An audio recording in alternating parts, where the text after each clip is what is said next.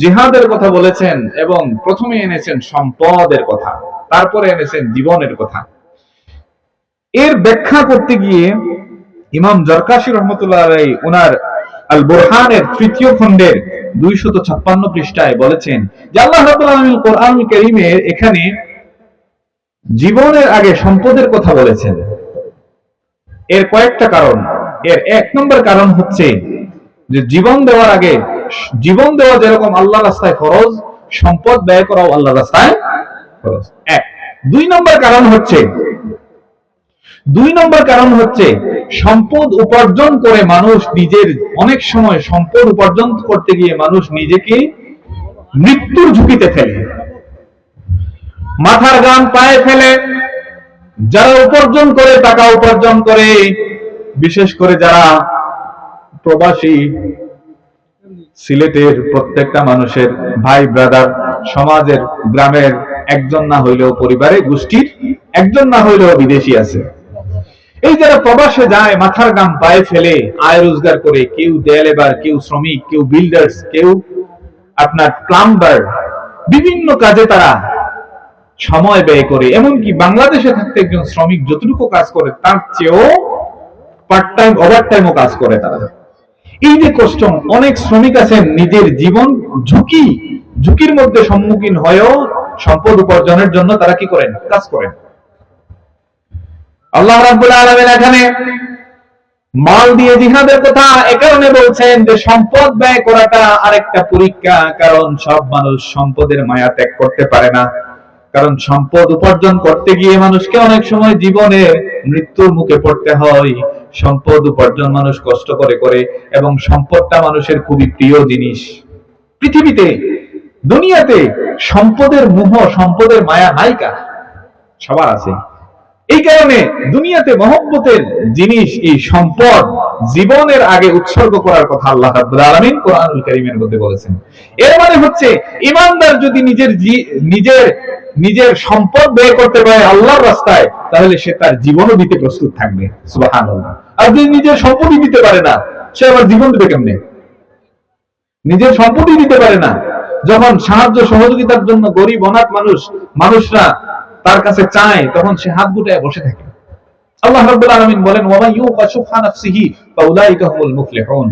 যারা কৃপণতা থেকে মুক্ত, তারাই হচ্ছে সফলকাম মানুষ। কারণ আল্লাহ প্রদত্ত রিজিক থেকে তারা কি করে? ইনফাক ফি সাবিলিল্লাহ, আল্লাহর রাস্তায় দান করে। সম্মানিত হাজিরিন, অতএব এই আয়াতের মধ্যে আল্লাহ রাব্বুল আলামিন মুমিনদের পরিচয় দিতে গিয়ে যে বলেন, তারা ঈমানের, সন্দেহমুক্ত ঈমানের পরিচয় দিতে গিয়ে তারা আমলের মাধ্যমে এটা প্রমাণ করবে। এই আমলটা হচ্ছে ওয়াজাহাদু বিআমওয়ালিহিম ওয়া আনফুসিহিম। তারা প্রথমে তাদের মাল দিয়ে আল্লাহর রাস্তায় মালকে উৎসর্গ করবে, সম্পদকে উৎসর্গ করবে, এমনকি চূড়ান্ত পর্যায়ে তাদের জীবনকে আল্লাহর রাস্তায় উৎসর্গ করা হবে। জোরে বলি সুবহানাল্লাহ।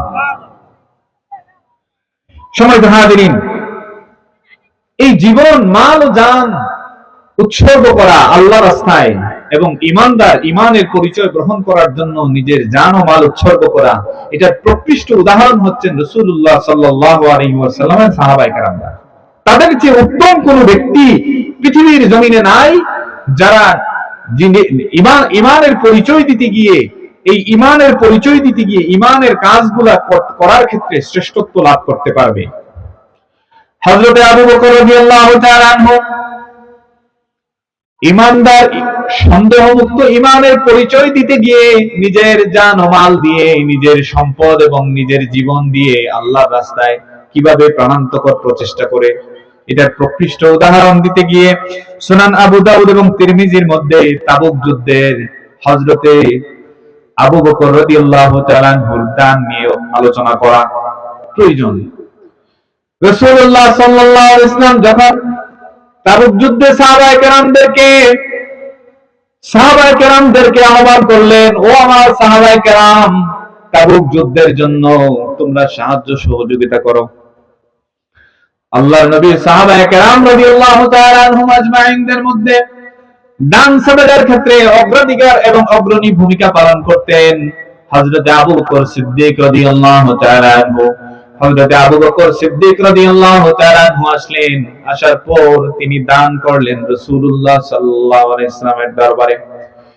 রাসূলুল্লাহ সাল্লাল্লাহু আলাইহি ওয়াসাল্লাম বললেন, ও আমার আবু বকর, তুমি তো দান করলা, শরীক হইলা, মুতার যুদ্ধের সহায়তায় শরীক হইলা, কিন্তু পরিবারের জন্য ঘরে কি রেখে এসেছো? হযরত আবু বকর সিদ্দিক রাদিয়াল্লাহু তাআলা আনহু বলেন, ইয়া রাসূলুল্লাহ, ইয়া হাবিবাল্লাহ, আমার পরিবারের জন্য সম্পদ হিসেবে আল্লাহ এবং আল্লাহর রাসূল ছাড়া আর কিছুই নাই। এই কথার দ্বারা কি বোঝা যায়? আবু বকর রাদিয়াল্লাহু তাআলা আনহু উনার ঘরে যা সম্পদ ছিল সবই আল্লাহর রাস্তায় দান করে দিয়েছেন। সুবহানাল্লাহ। এবার ওমর আসছেন। ওমর আসার পর আজকে মনে মনে একটু খুশি। ওমর আসার পর হযরত ওমর রাদিয়াল্লাহু তাআলা আনহু মনে মনে ভাবলেন, আজকে দানের ক্ষেত্রে আমি অগ্রগণ্য ভূমিকা পালন করব। রাসূলুল্লাহ সাল্লাল্লাহু আলাইহি ওয়াসাল্লামের দরবারে উনার যে সহযোগিতার জন্য যে সম্পদ নিয়ে এসেছিলেন সবকিছু সমর্পণ করলেন।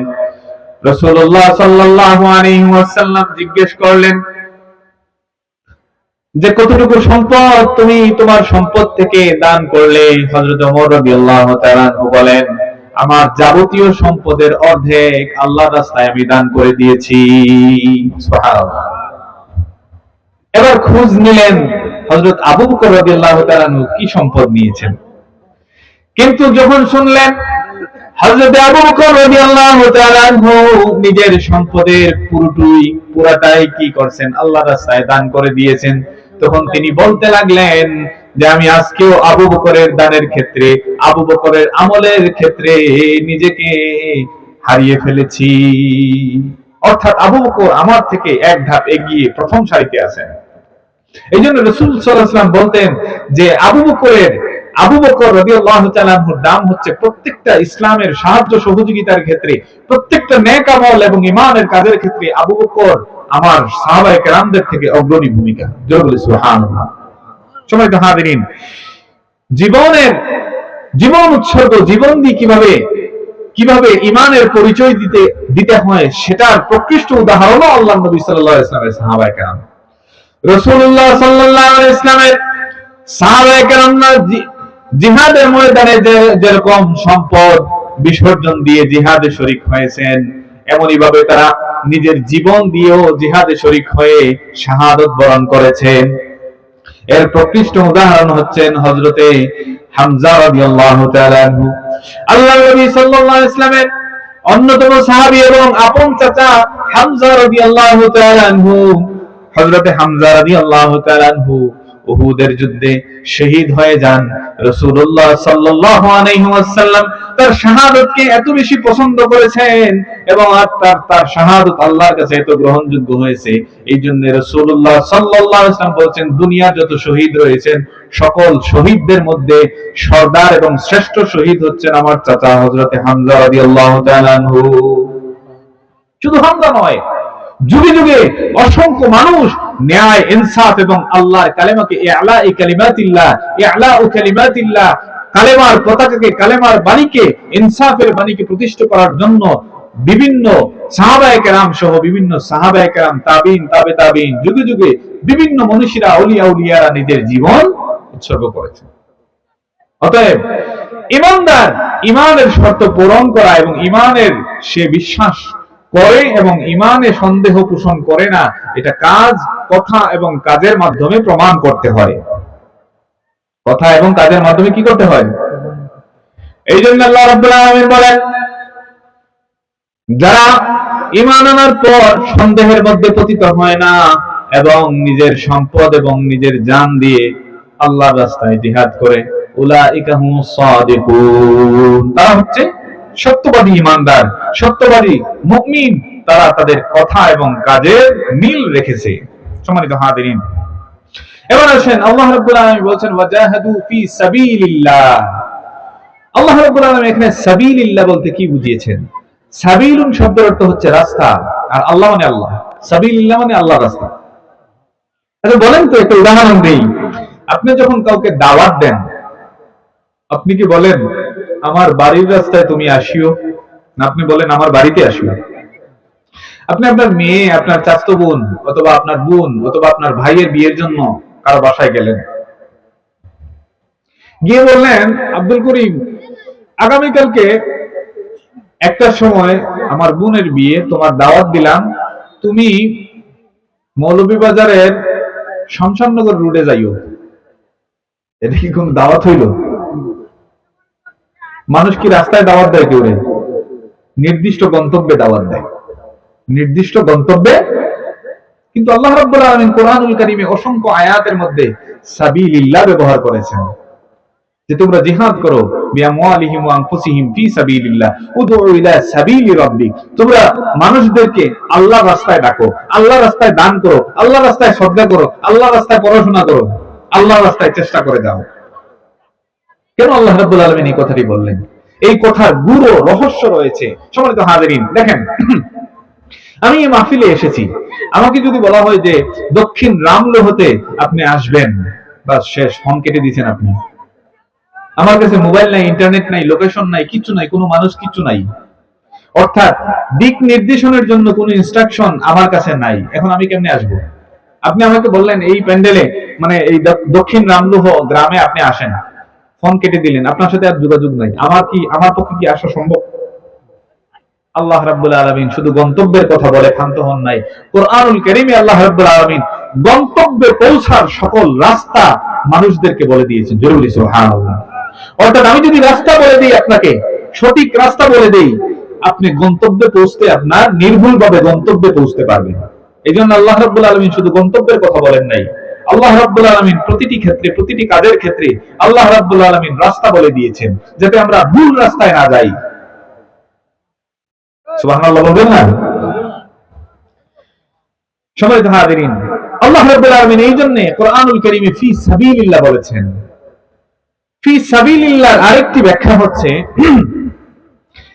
একজন ব্যক্তি যখন রাস্তায় চলে নির্দিষ্ট গন্তব্যের পথে, আমিও রওনা করলাম, আপনিও রওনা করলেন, সাথে আরো 10 জন রওনা করলো, এই রোডে সবাই যাব কোথায়? মৌলভীবাজার শহরে। একই সময়ে রওনা করলাম আমরা, অথবা ভিন্ন সময়ে রওনা করলাম।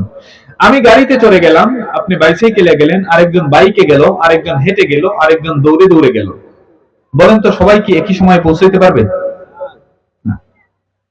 আল্লাহ রাব্বুল আলামিন এরকম আমাদেরকে পথগুলো বলে দিয়েছেন। সিরাতে মুস্তাকিম একটি পথ বলে দিয়েছেন, আল্লাহ রাস্তা বলে দিয়েছেন। এই রাস্তায় আপনাকে আমৃত্যু পর্যন্ত চলতে হবে।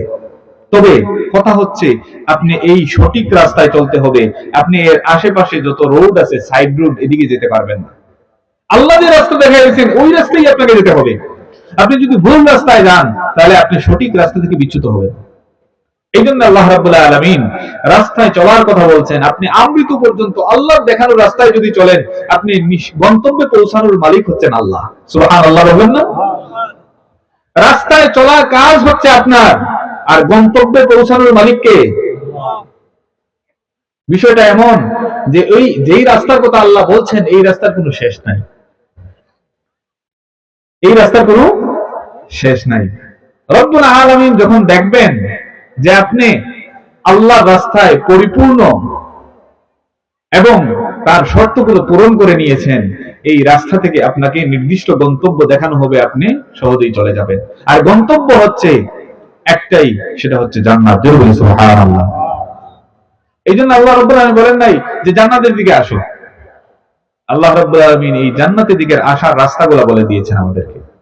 এই জন্য ফি সাবিলিল্লাহ, এই আয়াতের মধ্যে আল্লাহ রাব্বুল আলামিন যে ফি সাবিলিল্লাহ বললেন, এই ফি সাবিলিল্লাহর ব্যাখ্যা হচ্ছে যে আল্লাহর রাস্তায় আমাদেরকে, আল্লাহর দেখানো রাস্তায় আমাদেরকে চলতে হবে।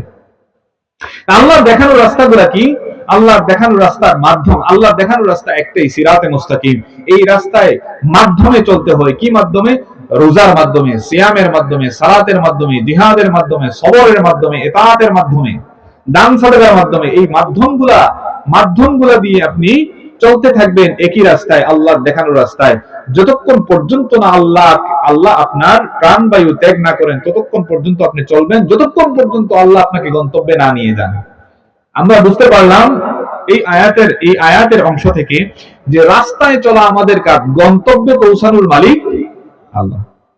সম্মানিত হাজিরিন, ফি সাবিলিল্লাহ ব্যাখ্যা ইমাম নববী রাহমাতুল্লাহ আলাইহি এবং মুহাদ্দিসিনে কেরামরা যেটা বলছেন যে ফি সাবিলিল্লাহ এর এক নাম্বার এক নম্বর ব্যাখ্যা হচ্ছে জিহাদ বিস-সাইফ।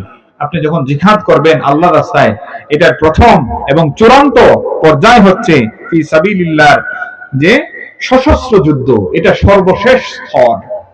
আল্লাহ রাব্বুল আলামিন বলেন ওয়াকাতিলু ফি সাবিলিল্লাহ, আল্লাহর রাস্তায় সশস্ত্র সংগ্রাম করো। এটা হচ্ছে চূড়ান্ত রূপ। এটা হচ্ছে কি? চূড়ান্ত রূপ, প্রথম সারির এবং জিহাদ একবার। আল্লাহ রাব্বুল আলামিন এছাড়া কোরআনুল কারীমে যে সমস্ত জিহাদের কথা বলেছেন, আরেকটি জিহাদের কথা আল্লাহ রাব্বুল আলামিন বলেছেন জিহাদ বিল মাল। এই যে সম্পদের, জানের আগে মালের উৎসর্গ।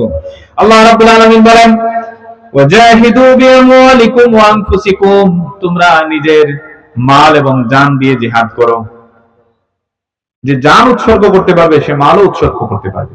সম্পদ বলতে আমরা শুধু টাকা পয়সা বুঝি না, সম্পদ বলতে শুধু টাকা পয়সা না, সম্পদ বলতে যাবতীয় অর্জিত জিনিসকেই মানুষের সম্পদ বোঝায়। সম্পদ বলতে টাকা পয়সা, জায়গা জমি, সম্পদ বলতে জ্ঞান, সম্পদ বলতে ইলম, হিকমত, সম্পদ বলতে অভিজ্ঞতা, যোগ্যতা, সবকিছুই আল্লাহ প্রদত্ত, যত কিছু দান নেয়ামত সবকিছুই আপনার সম্পদ। এই সমস্ত অর্জিত সম্পদ আপনি আল্লাহর রাস্তায় ব্যয় করবেন।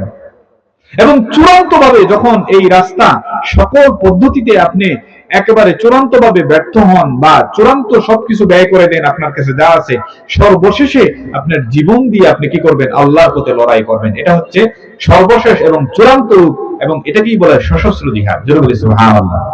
তাহলে ইসলাম কি বলে? শুধু কাটাকাটি, মারামারি? আপনি 2 টাকা আল্লাহর রাস্তায় ব্যয় করতে পারেন না, আপনি জীবন দিয়ে দিবেন, এটা কেমন কথা? সম্মানিত হাজিরিন, 3 নম্বর ধাপ হচ্ছে জিহাদ বিন নফস, নফসের বিরুদ্ধে জিহাদ করা। 3 নম্বর বিষয় হচ্ছে ইলম দিয়ে জিহাদ করা। আল্লাহ রাব্বুল আলামিন যাদেরকে জ্ঞান দান করেছেন, এটাও একটা সম্পদ। আল্লাহ রাব্বুল আলামিন বলেন ওয়াজাহিদহুম বিহি জিহাদান কাবীরা। ইয়া রাসূলুল্লাহ, ইয়া হাবিবাল্লাহ, আপনাকে যে আল্লাহ কোরআন দান করেছেন, এই কোরআন দ্বারা আপনি তাদের সাথে প্রাণান্তকর সবচেয়ে বড় জিহাদ করেন। অর্থাৎ কোরআন হচ্ছে মানুষের সাথে লড়ে যাওয়ার প্রথম এবং সর্বোচ্চ এবং বড় একটা হাতিয়ার। সুবহানাল্লাহ। কারণ সত্য যখন আগত হয়, মিথ্যা তখন বিদূরিত হয়। কোরআন হচ্ছে মহাসত্য, এই মহাসত্যের কাছে মিথ্যা বেশি দিন টিকে থাকতে পারে। সম্মানিত হাজিরিন, এই জন্য আল্লাহ রাব্বুল আলামিন বলছেন ওয়াজাহিদহুম বিজিহাদান কাবীরা। আল্লাহ রাব্বুল আলামিন নফসের বিরুদ্ধে যুদ্ধের কথা বলেছেন। অর্থাৎ আমার নফস সব সময় মন্দপ্রবণ, মন্দ কাজ করতে চায়, গুনার কাজ করতে চায়। এই জন্য একটা হাদিসে রাসূল সাল্লাল্লাহু আলাইহি ওয়াসাল্লাম বলেছেন, যে ব্যক্তি নিজেকে গুনার কাছ থেকে নিজেকে হেফাজত রাখতে পারে সে হচ্ছে মুজাহিদ, একজন প্রকৃষ্ট মুজাহিদ, যে আল্লাহর রাস্তায় জিহাদ করে। কারণ নিজের নফসকে আল্লাহর মানহিয়াত থেকে বাঁচায় রাখা এটা কঠিন একটা সংগ্রাম। যে ব্যক্তি নিজের শরীরের সাথে জিহাদ করতে পারে না, সে কিভাবে যুদ্ধের ময়দানে গিয়ে কাফের কুফফারদের সাথে জিহাদ করবে? তাহলে আমরা বুঝতে পারলাম আল্লাহর রাস্তায় জিহাদের অনেকগুলো নমুনা আছে। শুধু কাটাকাটি, মারামারি, গুলাগুলি, এগুলোর নামই জিহাদ। এগুলো হচ্ছে চূড়ান্ত রূপ। এবং এটার কিছু শর্ত রয়েছে। ইসলামী রাষ্ট্র থাকতে হবে, কিছু শর্ত আছে, সেই শর্ত পূরণ করতে হবে, আমিরের নেতৃত্ব মানতে হবে, এরপরে সশস্ত্র লড়াই, এর আগে। সম্মানিত হাজিরিন, আল্লাহ রাব্বুল আলামিন মুমিনদের পরিচয় দিতে গিয়ে বলেন, সত্যিকার মুমিনদের লক্ষণগুলোর মধ্যে অন্যতম আরেকটি লক্ষণ আল্লাহ রাব্বুল আলামিন সূরা আনফালের 2 থেকে 4 নম্বর আয়াতে উল্লেখ করেন। আল্লাহ রাব্বুল আলামিন বলেন ইন্নামাল মুমিনুনা আল্লাযীনা ইযা যুকিরাল্লাহু ওয়াজিলাত কুলুবুহুম ওয়া ইযা তুলিয়াত আলাইহিম আয়াতুহু যাদাতহুম ঈমানান ওয়া আলা রাব্বিহিম ইয়াতাওয়াক্কালুন الذين يقيمون الصلاة ومما رزقناهم ينفقون أولئك هم المؤمنون حقا لهم درجات عند ربهم ومغفرة ورزق كريم سبحان الله الله رب العالمين বলেন মুমিন তো হচ্ছে তারা যখন কথার ফাঁকে, কোনো কাজের ফাঁকে আল্লাহর নাম নেওয়া হয়, ওয়াজিলাত কুলুবুহুম, তাদের অন্তর কেঁপে ওঠে, আল্লাহর কথা শুনলে, আল্লাহর নাম শুনলে, আল্লাহর জিকির শুনলে তাদের অন্তর কেঁপে ওঠে। ওয়াজিলাত কুলুবুহুম ওয়া ইযা তুলিয়াত আলাইহিম আয়াতুহু যাদাতহুম ঈমানা। এবং আল্লাহর আয়াত যখন তাদের সম্মুখে পঠিত হয়, তেলাওয়াত করা হয়, যাদাতহুম ঈমানা, তাদের ঈমানের নূর, তাদের ঈমানের পাওয়ার, তাদের ঈমানের কুওয়াত বেড়ে যায়। জোরে বলি সুবহানাল্লাহ। শুধু তাই নয়, ওয়া আলা রাব্বিহিম ইয়াতাওয়াক্কালুন, এই তাদের ঈমানের বহিঃপ্রকাশ হচ্ছে যখন আল্লাহর নাম স্মরণ করা হয়, আল্লাহর আয়াত তেলাওয়াত করা হয়, তাদের ঈমান বেড়ে যায়, পাশাপাশি আল্লাহর উপর তাদের অগাধ বিশ্বাস এবং আস্থা এবং তাওয়াক্কুল বেড়ে যায়। সুবহানাল্লাহ। তাদের পরিচয় দিতে গিয়ে আল্লাহ রাব্বুল আলামিন বলেন, আল্লাযীনা ইউকিমুনাস সালাতা ওয়া মিম্মা রাযাকনাহুম ইউনফিকুন। এই মুমিনদের পরিচয় হচ্ছে তারা নামাজ আদায় করে এবং আল্লাহ প্রদত্ত হালাল রিজিক থেকে তারা সম্পদ ব্যয় করে, ইনফাক ফি সাবিলিল্লাহ করে। এর মানে হচ্ছে ঈমানদার নামাজ পড়ে না, নামাজ লাগে না। আল্লাহ রাব্বুল আলামিন ঈমানদারের বৈশিষ্ট্য তুলে ধরেছেন যে তাদের বৈশিষ্ট্য হচ্ছে তাদের আল্লাহর কথা মনে হইলেই, কোন কথা তাকে যদি কেউ আল্লাহ শব্দটা উচ্চারণ করে, আল্লাহর কথা মনে করায় দেয়, তাদের অন্তর কেঁপে ওঠে। 2 নম্বর, আল্লাহর আয়াত, কোরআনের আয়াত শুনলেই তাদের অন্তর ভীত হয়ে যায় এবং ঈমান বৃদ্ধিপ্রাপ্ত হয়, ঈমানের নূর বেড়ে যায় তাদের। শুধু তাই নয়, ওয়া আলা রাব্বিহিম ইয়াতাওয়াক্কালুন, তাদের আল্লাহর প্রতি অগাধ বিশ্বাস, মজবুত ঈমান তৈরি হয়। আল্লাহ রাব্বুল আলামিন বলেন তাদের বৈশিষ্ট্য হচ্ছে, তুমি চিনবে তাদেরকে দেখলে, তারা নামাজ আদায় করে, আল্লাহ প্রদত্ত রিজিক থেকে তারা আল্লাহর রাস্তায় দান করে। আল্লাহ রাব্বুল আলামিন বলেন এই সমস্ত মুমিনরা হচ্ছে উলাইকা হুমুল মুমিনুনা হাক্কা, এরা হচ্ছে প্রকৃত মুমিন, 1 নম্বরের মুমিন, হাকিকি মুমিন। লাহুম দারাজাতুন ইনদা রাব্বিহিম ওয়া মাগফিরাতুন ওয়া রিজকুন কারীম। আল্লাহ রাব্বুল আলামিন বলেন তাদের জন্য রয়েছে সম্মান, সর্বোচ্চ মর্যাদা এবং মাগফিরাত, ক্ষমা এবং আল্লাহ প্রদত্ত গায়বী রিজিক। এই সমস্ত মুমিন হচ্ছে প্রকৃত মুমিন। এই সমস্ত মুমিনের মর্যাদা আল্লাহর কাছে সর্বোচ্চ এবং আল্লাহ রাব্বুল আলামিন তাদেরকে ক্ষমার সুসংবাদ দেন, তাদেরকে ক্ষমা করবেন এবং আল্লাহ রাব্বুল আলামিন তাদেরকে তার রিজিক থেকে আল্লাহ রাব্বুল আলামিন তাদেরকে রিজিক প্রদান করবে। জোরে সুবহানাল্লাহ। তাহলে আমরা বুঝতে পারলাম মুমিন হচ্ছে তারা আল্লাহর নাম শুনলে তাদের অন্তর কেঁপে ওঠে, আল্লাহর আয়াত, কোরআনের আয়াত শুনলে তাদের ঈমানি দীপ্তি জেগে ওঠে, আল্লাহর উপর তাদের পরিপূর্ণ তাওয়াক্কুল হয়, তারা নামাজ আদায় করে এবং তারা আল্লাহ প্রদত্ত রিজিক থেকে ব্যয় করে। ফলে আল্লাহ রাব্বুল আলামিন তাদেরকে বলেন তারাই হচ্ছে প্রকৃত মুমিন।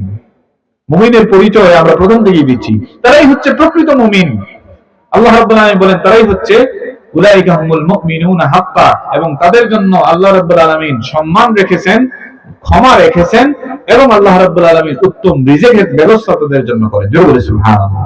তাদের মুমিন দুনিয়ার এই কষ্ট, ক্লেশ, দুঃখ, যাতনা যত কিছুই থাকুক না কেন, আল্লাহ রাব্বুল আলামিন তার জন্য সম্মান রেখেছেন। সে যেখানেই যায় সে সম্মানিত হয়, সে যেখানেই যায় অপার্থিব একটা রিজিকের ব্যবস্থা তার জন্য আল্লাহ করে দেন এবং সে পরম আনন্দের সাথে আল্লাহর উপর পরিপূর্ণ বিপদ আপদ, সুখ স্বাচ্ছন্দ্যে সর্বাবস্থায় আল্লাহর উপর পরিপূর্ণ ভরসা রেখে একটা অপার্থিব আনন্দ এবং খুশি অন্তরের মধ্যে সে অনুভব করে। এটা মুমিন ছাড়া আর কেউ এই প্রাউড ফিল করতে পারবে।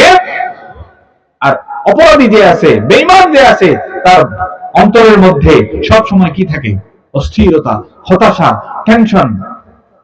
সম্মানিত হাজিরিন, এই জন্য ঈমানদার সব সময় বুক ফিলায়া ঈমানের প্রতি সে প্রাউড ফিল করে। সম্মানিত হাজিরিন, আল্লাহ রাব্বুল আলামিন এখানে মুমিনের পরিচয় দিচ্ছেন যে এই সমস্ত বৈশিষ্ট্য যাদের রয়েছে তারা হচ্ছে উলাইকা হুমুল মুমিনুনা হাক্কা, প্রকৃত মুমিন।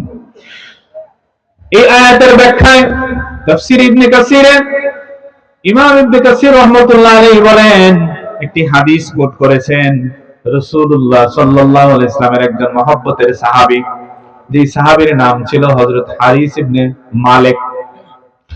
হযরত হারিস ইবনে মালিক রাদিয়াল্লাহু তাআলা আনহু একদিন রাসূলুল্লাহ সাল্লাল্লাহু আলাইহি ওয়াসাল্লামের দরবারে আসলেন। আল্লাহর হাবিব সাল্লাল্লাহু আলাইহি ওয়াসাল্লাম হারিস ইবনে মালিককে জিজ্ঞেস করলেন, কাইফা আসবাহতা ইয়া হারিসাতু, ও হারিস, আজকের সকাল তোমার কোন অবস্থায় কাটলো, কেমন কাটলো? হযরত হারিস ইবনে মালিক রাদিয়াল্লাহু তাআলা উত্তর দিলেন, ক্বালা আসবাহতু মুমিনান হাক্কা, প্রকৃত একজন মুমিনের অবস্থায় আমি আজকের সকালটি অতিবাহিত করেছি। রাসূলুল্লাহ সাল্লাল্লাহু আলাইহি ওয়াসাল্লাম বললেন, উনজুর মা তাকুলু ফাইন্না লিকুল্লি হাকিকাতিন হাকিকাতান ফামা হাকিকাতু ঈমানিকা।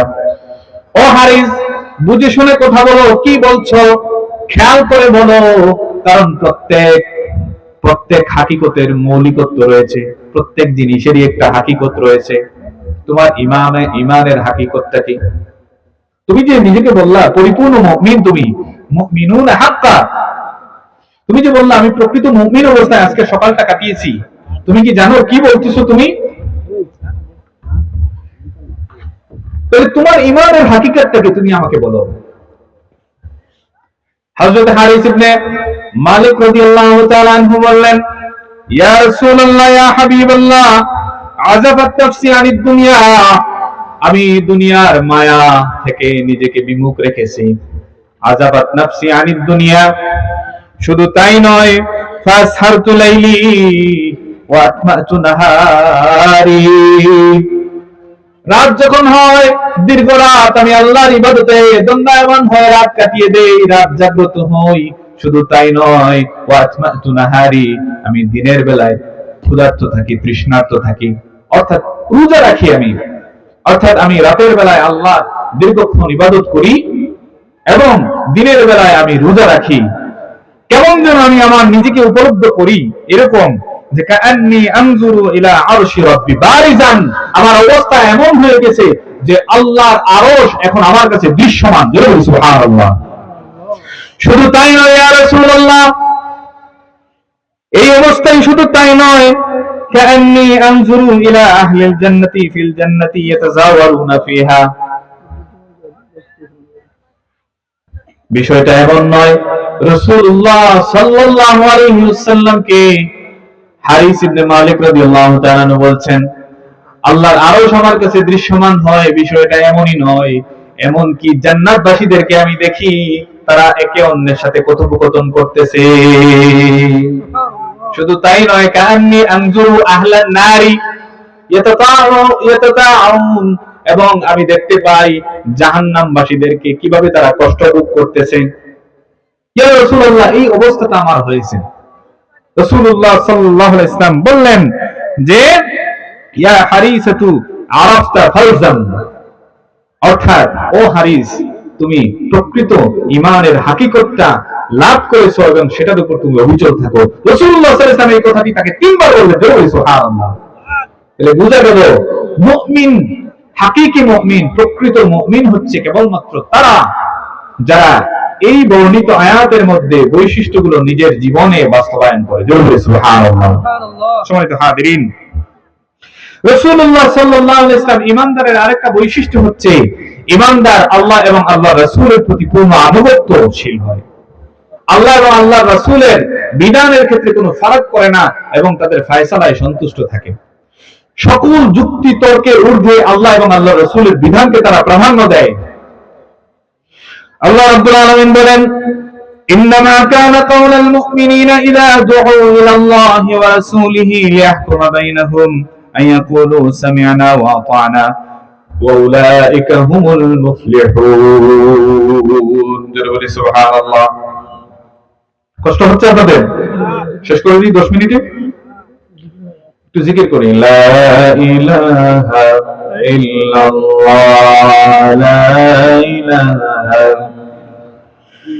لا إله إلا الله، لا إله إلا الله، لا إله لا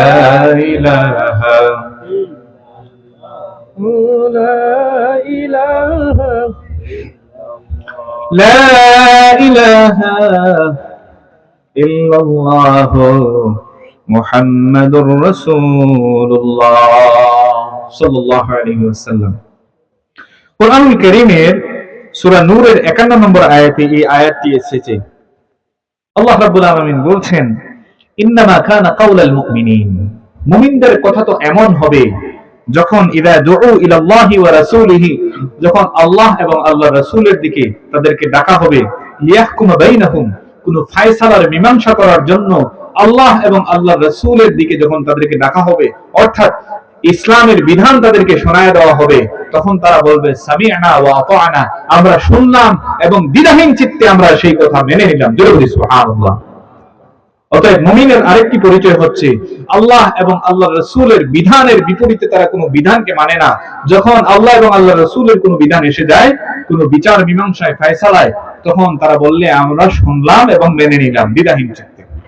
আল্লাহ রাব্বুল আলামিন বলেন উলাইকা হুমুল মুফলিহুন, তারাই হচ্ছে সফলকাম মুমিন, যারা দ্বিধাহীন চিত্তে বিচার মীমাংসার ক্ষেত্রে আল্লাহর বিধানকে প্রাধান্য দেয়, আল্লাহর আনুগত্য এবং রাসূলের আনুগত্য করে, আল্লাহ এবং আল্লাহ রাসূলের আনুগত্যে পরিপূর্ণ সন্তুষ্টি প্রকাশ করে। এটা হচ্ছে মুমিনের আরেকটি বৈশিষ্ট্য। প্রথম থেকে আপনাদের মনে আছে তো মুমিনদের বৈশিষ্ট্যগুলো? ইনশাআল্লাহ। এবার আসুন এই জিনিসটা উদাহরণ দিতে গিয়ে হুনাইনের যুদ্ধে, অষ্টম হিজরিতে হুনাইনের যুদ্ধে অত্যন্ত গুরুত্বপূর্ণ একটি এবং চমৎকার একটি ঘটনা আলোচনা করা অত্যন্ত প্রয়োজন। যে রাসূলুল্লাহ সাল্লাল্লাহু আলাইহি ওয়াসাল্লাম আল্লাহ এবং আল্লাহর বিধানের ক্ষেত্রে কতটুকু সন্তুষ্ট এবং সন্তুষ্টি প্রকাশ করেছিলেন আল্লাহর নবী, সাহাবায়ে কেরামরা, এবং আমাদের কেমন হওয়া উচিত আল্লাহ এবং আল্লাহ রাসূলের বিধান শোনার পর। হুনাইনের যুদ্ধে রাসূলুল্লাহ সাল্লাল্লাহু আলাইহি ওয়াসাল্লাম মদিনায় যারা নও মুসলিম হয়েছিলেন, বিশেষ করে মক্কা থেকে আগত সেই নও মুসলিমদেরকে আল্লাহ রাসূলুল্লাহ সাল্লাল্লাহু আলাইহি ওয়াসাল্লাম গনিমতের একটু বেশি সম্পদ তাদেরকে দান করেছিলেন। এবং আনসার সাহাবী যারা মদিনায় ছিলেন, যারা যুদ্ধ করেছিলেন, তাদেরকে রাসূলুল্লাহ সাল্লাল্লাহু আলাইহি ওয়াসাল্লাম গনিমতের কোনো অংশই দেন নাই। বিষয়টা স্বাভাবিকই একটু কষ্ট লাগার, যে রাসূলুল্লাহ সাল্লাল্লাহু আলাইহি ওয়াসাল্লাম যারা নতুন মুসলমান হলো তাদেরকে আল্লাহ রাসূলুল্লাহ সাল্লাল্লাহু আলাইহি ওয়াসাল্লাম গনিমতের মাল, উট বকরি সবকিছু দিলেন, একবারে বুঝাই করে দিচ্ছেন, কিন্তু আমাদেরকে রাসূল সাল্লাল্লাহু আলাইহি ওয়াসাল্লাম কিছুই দিচ্ছেন না, বয়োজ্যেষ্ঠরা কিছু বলতেছেন না। কিন্তু যারা ইয়াং জেনারেশন, মদিনার এই ইয়াং জেনারেশনের মধ্যে একটা কথোপকথন শুরু হলো যে রাসূলুল্লাহ সাল্লাল্লাহু আলাইহি ওয়াসাল্লাম নও মুসলিম, নতুন মুসলমান যারা হলো তাদেরকে রাসূল সাল্লাল্লাহু আলাইহি ওয়াসাল্লাম এত সম্পদ দিলেন, অথচ আমাদেরকে কিছুই দিলেন না। রাসূলুল্লাহ সাল্লাল্লাহু আলাইহি ওয়াসাল্লামের সামনে এই কথাগুলো আসতেছেন না, কিন্তু রাসূলুল্লাহ সাল্লাল্লাহু আলাইহি ওয়াসাল্লামের কানে এই কথাগুলো কানাঘুষা করতে করতে এসে পৌঁছেছে, সরাসরি কেউ বলতেছে না। রাসূলুল্লাহ সাল্লাল্লাহু আলাইহি ওয়াসাল্লাম আনসারদের নেতা সাদ ইবনে উবাদা রাদিয়াল্লাহু তাআলা আনহুকে ডেকে আনলেন। ও সাদ ইবনে উবাদা, বিষয়টা কি যা আমার কানে আসতেছে? ইয়া রাসূলুল্লাহ, এটা তো আমরা বলতেছি না ইয়া রাসূলুল্লাহ, এটা কিছু যুবক ছেলেরা রয়েছে তারা এই কথাগুলো বলা বলি করতেছে। ইয়া রাসূলুল্লাহ, আপনি মনে কিছু নেবেন না। অথচ এটার একটা কারণ ছিল। রাসূলুল্লাহ সাল্লাল্লাহু আলাইহি ওয়াসাল্লাম গনিমতের মাল নও মুসলিমদেরকে দিয়েছিলেন, যাতে নতুন মুসলমান তারা তো ঘর বাড়ি সব হারা হয়ে গেছে, ত্যাগ করে আসছে, হিজরত করে আসছে বা সব ছেড়ে আসছে, এমত অবস্থায় তারা নিঃস্ব, এমত অবস্থায় কিছু সম্পদ পাইলে তারা তাদের প্রতি তালিফে কলব যেটাকে বলা হয়, তাদের অন্তর ইসলামের প্রতি প্রীত হবে। এই জন্য রাসূল সাল্লাল্লাহু আলাইহি ওয়াসাল্লাম নও মুসলিম যারা রয়েছে তাদেরকে রাসূলুল্লাহ সাল্লাল্লাহু আলাইহি ওয়াসাল্লাম গনিমতের মাল বেশি দিয়েছেন। গনিমতের মালের একটা সংক্ষিপ্ত পরিচয় দিয়ে দিই। কাফের কুফফারদের সাথে মুসলমানদের যখন যুদ্ধ হয়, সশস্ত্র যুদ্ধ, সেই যুদ্ধে মুসলমানরা বিজয় লাভ করার পর যে কাফের কুফফাররা যে সম্পদ রেখে পালায়া যায়, এই সম্পদটা হচ্ছে গনিমত। এবার আসেন, রাসূলুল্লাহ সাল্লাল্লাহু আলাইহি ওয়াসাল্লাম হযরত সাদ ইবনে উবাদা রাদিয়াল্লাহু তাআলা আনহুকে ডাকলেন, ডেকে বললেন, ও সাদ, তোমাদের মধ্যে এই কথা চলতেছে আমি শুনলাম। হযরত সাদ ইবনে উবাদা রাদিয়াল্লাহু তাআলা বললেন, ইয়া রাসূলুল্লাহ, ইয়া হাবিবাল্লাহ, আমাদের বয়োজ্যেষ্ঠদের মধ্যে থেকে এরকম কথা আসতেছে না? দু একজন নওজোয়ান মদিনার আনসারদের মধ্যে তারা এই কথাগুলো বলতেছে, আপনি মনে কিছু নেবেন না। রাসূলুল্লাহ সাল্লাল্লাহু আলাইহি ওয়াসাল্লাম বললেন, ও সাদ, তুমি আনসারদের মধ্যে সবাইকে নিয়ে এসো এবং এটা নিশ্চিত করবে যে আনসারদের মধ্যে যাতে অন্য কেউ না থাকে, আনসার ছাড়া সকল আনসারদেরকে নিয়ে একটা মজলিসে আমার কাছে সবাইকে নিয়ে আসো। তবে এটা নিশ্চিত করবে যে আনসার সাহাবী ছাড়া যেন কেউ এই মজলিসে না থাকে। সবাইকে নিয়ে আসা হলো। রাসূলুল্লাহ সাল্লাল্লাহু আলাইহি ওয়াসাল্লাম দীর্ঘ একটা ভাষণ দিলেন। এই দীর্ঘ ভাষণের মধ্যে এক জায়গায় রাসূলুল্লাহ সাল্লাল্লাহু আলাইহি ওয়াসাল্লাম আনসারদেরকে লক্ষ্য করে বললেন, ইয়া মাশারাল আনসার, ও আনসাররা শুনে রাখো, আলাম আজিদকুম দুল্লালান ফাহাদাকুমুল্লাহু বি, আমি কি তোমাদেরকে পথভ্রষ্ট অবস্থায় হেদায়েতহীন অবস্থায় পাইনি? অতঃপর আল্লাহ রাব্বুল আলামিন আমার মাধ্যমে তোমাদেরকে হেদায়েত দান করেছেন। সাহাবায়ে কেরাম, আনসার সাহাবায়ে কেরাম আশ্চর্য হয়ে গেলেন, রাসূল সাল্লাল্লাহু আলাইহি ওয়াসাল্লাম এই কথা কেন বলতেছেন? সাহাবায়ে কেরামরা বললেন, অবশ্যই আল্লাহ এবং আল্লাহর রাসূল আমাদের উপর ইহসান করেছেন যে আমরা হেদায়েত পেয়েছি। রাসূলুল্লাহ সাল্লাল্লাহু আলাইহি ওয়াসাল্লাম বললেন, ওয়া কুনতুম মুতাফাররিকিনা ফাআল্লাফাকুমুল্লাহু বি, তোমরা ছিলে আন্তরিকতার দিক দিয়ে একে অন্যের চেয়ে দূরত্বে, এবং দূরত্ব তোমাদের মধ্যে ছিল। আল্লাহ রাব্বুল আলামিন আমার মাধ্যমে তোমাদের অন্তরগুলোকে এক সুতায় বেঁধে দিয়েছেন। জোরে বলে সুবহানাল্লাহ। সাহাবায়ে কেরামরা বললেন, অবশ্যই ইয়া রাসূলুল্লাহ, আপনার মাধ্যমে আমরা হেদায়েত প্রাপ্ত হয়েছি, আপনার মাধ্যমে সর্বোচ্চ ইহসান আমরা লাভ করেছি, আপনার মাধ্যমে সর্বোচ্চ ইহসান লাভ করেছি, আপনার মাধ্যমে আমরা হেদায়েত লাভ করেছি, আদালত পেয়েছি, ইনসাফ পেয়েছি। এমনকি আপনার মাধ্যমে আমাদের পরস্পরের মধ্যে অনেক বিভেদ ছিল, সকল বিভেদ ভুলে গিয়ে আমরা এক সুতায়, এক ভ্রাতৃত্বের বন্ধনে আমরা আবদ্ধ হয়ে গেছি। জোরে বলি সুবহানাল্লাহ। কিন্তু ইয়া রাসূলুল্লাহ এই কথাগুলো কেন বলছেন আমাদেরকে? আমাদের আনসার সাহাবীদের মধ্যে একটা হতাশা বোধ করতেছে। রাসূল সাল্লাল্লাহু আলাইহি ওয়াসাল্লাম এই সময় এই কথাগুলো কেন শোনাচ্ছেন? তাদের ভয়ে অন্তরগুলো কেঁপে উঠতেছে। সম্মানিত হাজিরিন, রাসূলুল্লাহ সাল্লাল্লাহু আলাইহি ওয়াসাল্লাম এরকম করে অনেকগুলা কথা বললেন। কথা বলার পর রাসূলুল্লাহ সাল্লাল্লাহু আলাইহি ওয়াসাল্লাম বললেন, ও আমার সাহাবায়ে কেরাম, আনসার সাহাবায়ে কেরামদেরকে বললেন, ও আমার আনসার সাহাবায়ে কেরাম, তোমরা আমাকে এই কথা যদি বলো তাহলে মিথ্যা বলবে না, সত্যই বলবে। যদি তোমরা আমাকে বলো যে ইয়া রাসূলুল্লাহ, আপনি মিথ্যা রূপিত অবস্থায়, আপনাকে মিথ্যাবাদী বলা হয়েছিল, এমন অবস্থায় আপনি মদিনায় এসেছেন, আমরা আপনাকে সত্যবাদী এবং আপনাকে সত্যবাদী হিসেবে স্বীকৃতি দিয়েছি এবং আপনাকে মেনে নিয়েছি, এই কথা যদি তোমরা বলো তাহলে মিথ্যা বলবে না। কে বলতেছেন? একটু জবান খুলে বলেন, কে বলতেছেন এই কথা? রাসূলুল্লাহ সাল্লাল্লাহু আলাইহি ওয়াসাল্লাম বলতেছেন আনসারদেরকে, যে তোমরা যদি এই কথা বলো যে আমি মিথ্যা রূপিত অবস্থায়, আমাকে মিথ্যা নবী বলা হয়েছিল, এমন অবস্থায় আমি মক্কা থেকে মদিনায় হিজরত করে এসেছি, আর তোমরা আনসাররাই আমাকে সত্যবাদী হিসেবে গ্রহণ করে নিয়েছো, আমার উপর ঈমান এনেছো, এই কথা যদি তোমরা বলো তাহলে মিথ্যা বলবে না, সত্যই বলবে। দুই নম্বর বিষয় হচ্ছে, আমি অসহায়হীন অবস্থায়, মেয়েহীন অবস্থায়, ঘরহীন অবস্থায়, টাকাহীন সম্পদহীন অবস্থায় তোমাদের কাছে এসেছি, তোমরা আমাকে সাহায্য করেছো, এই কথাটা যদি তোমরা বলো সেটাও মিথ্যা বলবে না, সত্য বলবে। এই কথাগুলা আনসার সাহাবায়ে কেরাম শুনতেছেন, এবং আনসারদের চোখ বেয়ে দাড়ি মুবারক গুলো ভিজে যাচ্ছে, তাদের অবস্থা পুরাই একেবারে মানে কাহিল হয়ে যাচ্ছে, অস্থির হয়ে যাচ্ছেন সাহাবায়ে কেরামরা। রাসূল সাল্লাল্লাহু আলাইহি ওয়াসাল্লাম কেমন কথা বলতেছেন আজকের এই মজলিসে, কোনদিন এমন বিরল কোনো কথা বলেন নাই আমাদেরকে, আমাদের অস্থিরতা লাগতেছে। রাসূলুল্লাহ সাল্লাল্লাহু আলাইহি ওয়াসাল্লাম এবার বললেন, আমি নতুন যারা মুসলমান হয়েছে তাদের অন্তর যাতে ইসলামের উপর অটল থাকে, তারা যাতে ইসলাম থেকে বিচ্যুত না হয়, এই কারণে তাদেরকে একটু বেশি বেশি দান করেছি, এবং তোমাদেরকে আমি কিছুই দেই নাই, কারণ আমি তোমাদের ইসলাম এবং ঈমান সম্পর্কে ভরসা রাখি, তোমাদের ঈমান এবং ইসলামের উপর আমি ইয়াকিন রাখি, তোমাদের ঈমান এবং ইসলাম দৃঢ়, আমি এটা বিশ্বাস করি। ও আমার আনসার সাহাবায়ে কেরাম, তোমরা কি এতে সন্তুষ্ট নও? আমা তাওদাউনা ইয়া মাশারাল আনসারি আন ইয়াযহাবান নাসু বিশাতি ওয়াল বাঈরি ওয়া তারজিউনা বিরাসূলিল্লাহি ইলা রিহালিকুম। ও আনসার সাহাবায়ে কেরাম, তোমরা কি আজকের দিনে এই বিষয়টিতে সন্তুষ্ট নও যে নও মুসলিম, যারা নতুন মুসলমান হলো, দলে দলে লোক উট এবং বকরির পাল নিয়ে তাদের ঘরে আজকে ফিরবে, আর তোমরা আল্লাহর রাসূলকে নিয়ে তোমাদের ঘরে ফিরবে? সুবহানাল্লাহ। ও আমার সাহাবায়ে কেরাম, আজকে দলে দলে মানুষ উট এবং বকরি এগুলা নিয়ে তাদের ঘরে ফিরবে, আর আজকে তোমাদের ঘরে তোমরা আল্লাহর রাসূলকে নিয়ে ফিরবে, তাতে কি তোমরা সন্তুষ্ট নও?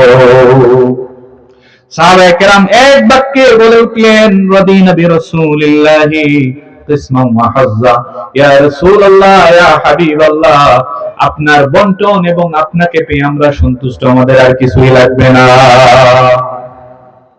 এই কথা বলার কারণ হচ্ছে, আল্লাহ এবং আল্লাহর রাসূল যখন কোন হুকুম, কোন ফয়সালা করেন, তখন এই ফয়সালা দ্বিধাহীন চিত্তে ইমানদার সন্দেহের ঊর্ধ্বে রেখে এই ফয়সালা গ্রহণ করা হচ্ছে তার ঈমানের পরিচয়। বলি সুবহানাল্লাহ। সম্মানিত হাজিরিন, আল্লাহ রাব্বুল আলামিন রাসূলুল্লাহ সাল্লাল্লাহু আলাইহি ওয়াসাল্লাম আনসারদের জন্য দোয়া করলেন, রাসূলুল্লাহ সাল্লাল্লাহু আলাইহি ওয়াসাল্লাম বললেন, আল্লাহুম্মা আরহিমিল আনসারা ওয়া আবনাআল আনসার ওয়া আবনাইল আনসার। আল্লাহ, আনসারদেরকে তুমি রহম করো, আনসারদের সন্তানদের মধ্যে বরকত দাও, তাদের সন্তানদের সন্তানদেরকে বরকত দাও। জোরে বলি সুবহানাল্লাহ। এমনকি রাসূল সাল্লাল্লাহু আলাইহি ওয়াসাল্লাম বললেন, কোন জনপদে যদি একদিকে মানুষ যায় আরেকদিকে আনসারের গোষ্ঠী, আনসারের দল যায়, সেই উপত্যকায় না গিয়ে আনসাররা যেই উপত্যকায় হাঁটবে সেই উপত্যকা দিয়ে আমি হাঁটবো। এই হচ্ছে আল্লাহর প্রতি, রাসূলের প্রতি এবং আল্লাহ এবং রাসূলের ফয়সালার প্রতি সন্তুষ্টি জ্ঞাপন করা। দুরূদ শরীফ পড়ি, সাল্লাল্লাহু আলা মুহাম্মাদ সাল্লাল্লাহু আলাইহি ওয়াসাল্লাম, সাল্লাল্লাহু আলা মুহাম্মাদ সাল্লাল্লাহু سعت الشجر نطق الحجر شق القمر بإشارته صلى الله على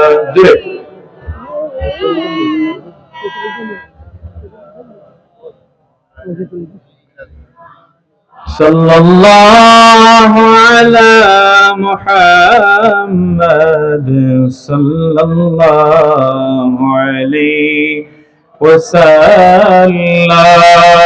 সম্মানিত হাজিরিন, আল্লাহ রাব্বুল আলামিন এই সমস্ত বৈশিষ্ট্যের অধিকারী যারা মুমিন, যারা এই সমস্ত বৈশিষ্ট্য লাভ করবে, যারা ঈমান আনার পর ঈমানে সন্দেহ পোষণ করবে না, আল্লাহ রাস্তায় নিজের জীবন সর্বোচ্চ চেষ্টা করবে আল্লাহর পথে চলার জন্য, নিজেকে গুনাহমুক্ত রাখবে, দাওয়াতের কাজের ক্ষেত্রে যত প্রতিবন্ধকতা থাকুক ন্যায় এবং ইনসাফের কথা বলবে, সমাজে একটি ইনসাফ ভিত্তিক সমাজ বিনির্মাণের জন্য যারা প্রাণপণ চেষ্টা করবে, জ্ঞান দিয়ে, মেধা দিয়ে, সর্বশেষে নিজের রক্তবিন্দু দিয়ে সমাজে ন্যায় এবং ইনসাফের যারা প্রতিষ্ঠার জন্য লড়ে যাবে, প্রত্যেকেই প্রত্যেকের অবস্থান থেকে আল্লাহর কাছে সর্বোচ্চ মর্যাদা তারা পাবে। জোরে সুবহানাল্লাহ।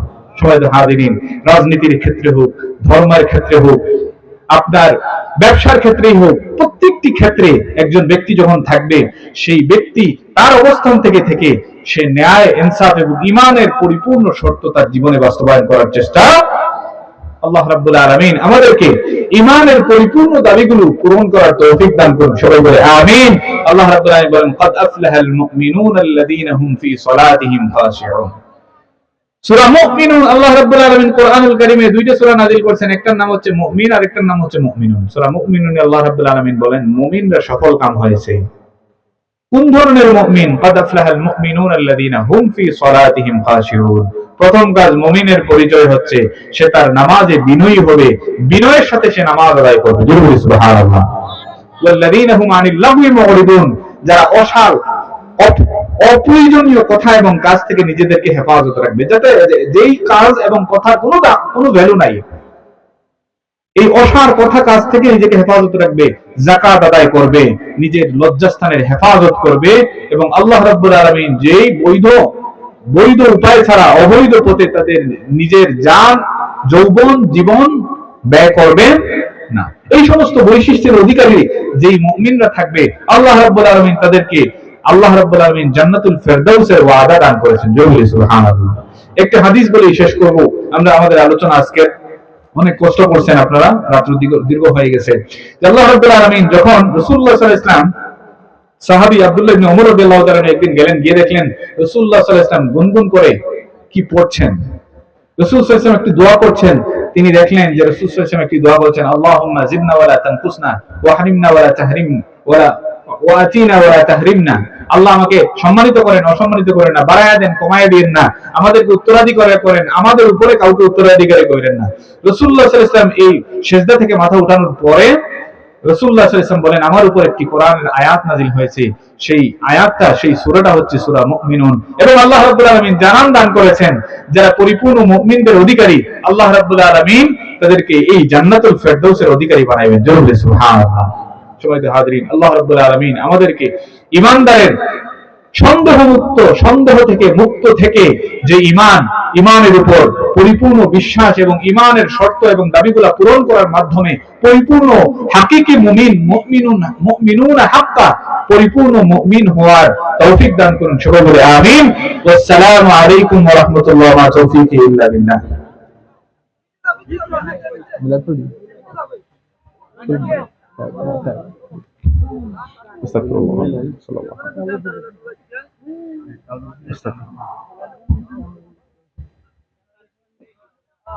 نحمده ونصلي على رسوله الكريم أما بعد فلما تم من حمله صلى الله عليه وسلم شهرين على شهر الأقوال البروية توفي في المدينة الشريفة منورة أبوه عبد الله، وكان قد اجتاز بأخواله بني عدي من الطائفة النجارية، ومكث فيهم شهرا سقيما يعانون سقمه وسكوى.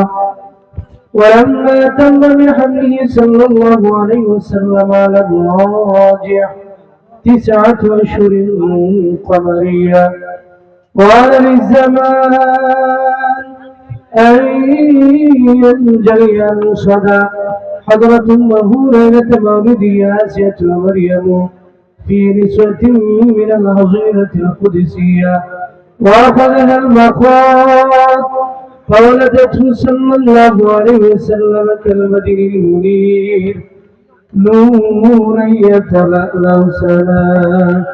صلى الله على محمد صلى الله عليه صلى الله على محمد صلى الله عليه يا نبي سلام عليك، يا رسول سلام عليك، يا حبيب سلام عليك، صلوات الله واتك العود يبكي وتجلل بين يديك، واستجارت يا حبيبي عندك الظبي النفور.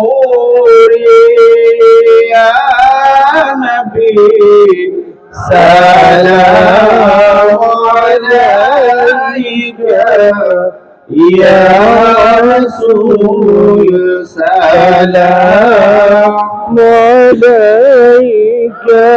يا حبيب سلام عليك، صلوات الله عليك. गिरने वालों को चुम्बा लो, मरने वालों को बचा लो, कैद से हमको चुरा लो, अब मदीना में बुला लो। या नबी सलाम अलैका, या रसूल सलाम अलैका, या हबीब सलाम अलैका, सलावतुल्लाह अलैका। सय्यदी या रसूल अल्लाह व या हबीब হাবিবাল্লাহ নবীজি গো আপনি যে মদিনা হইতে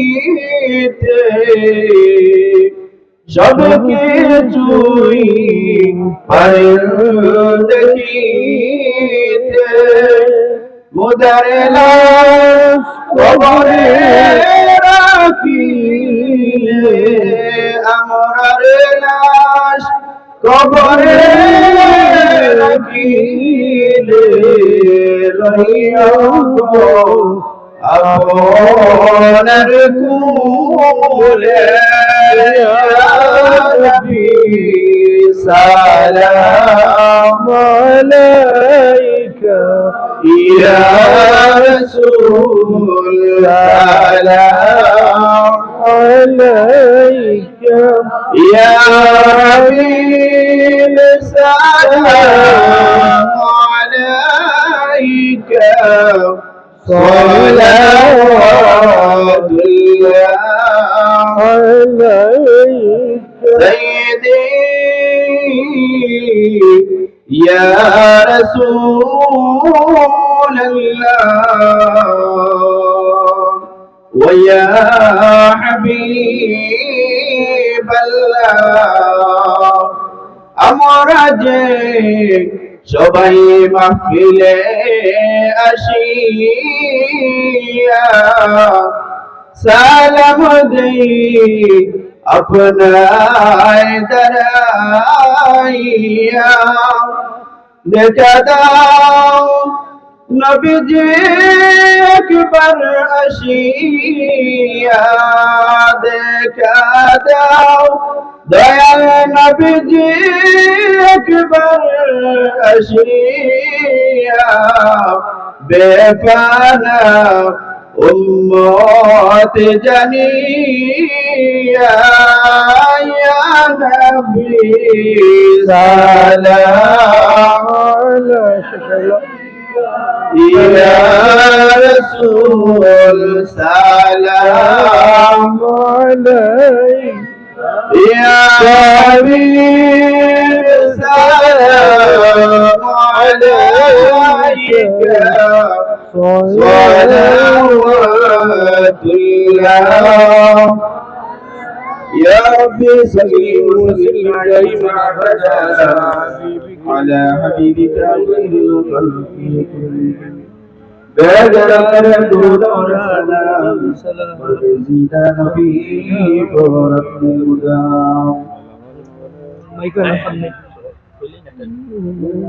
Masih yang di lain. Apa?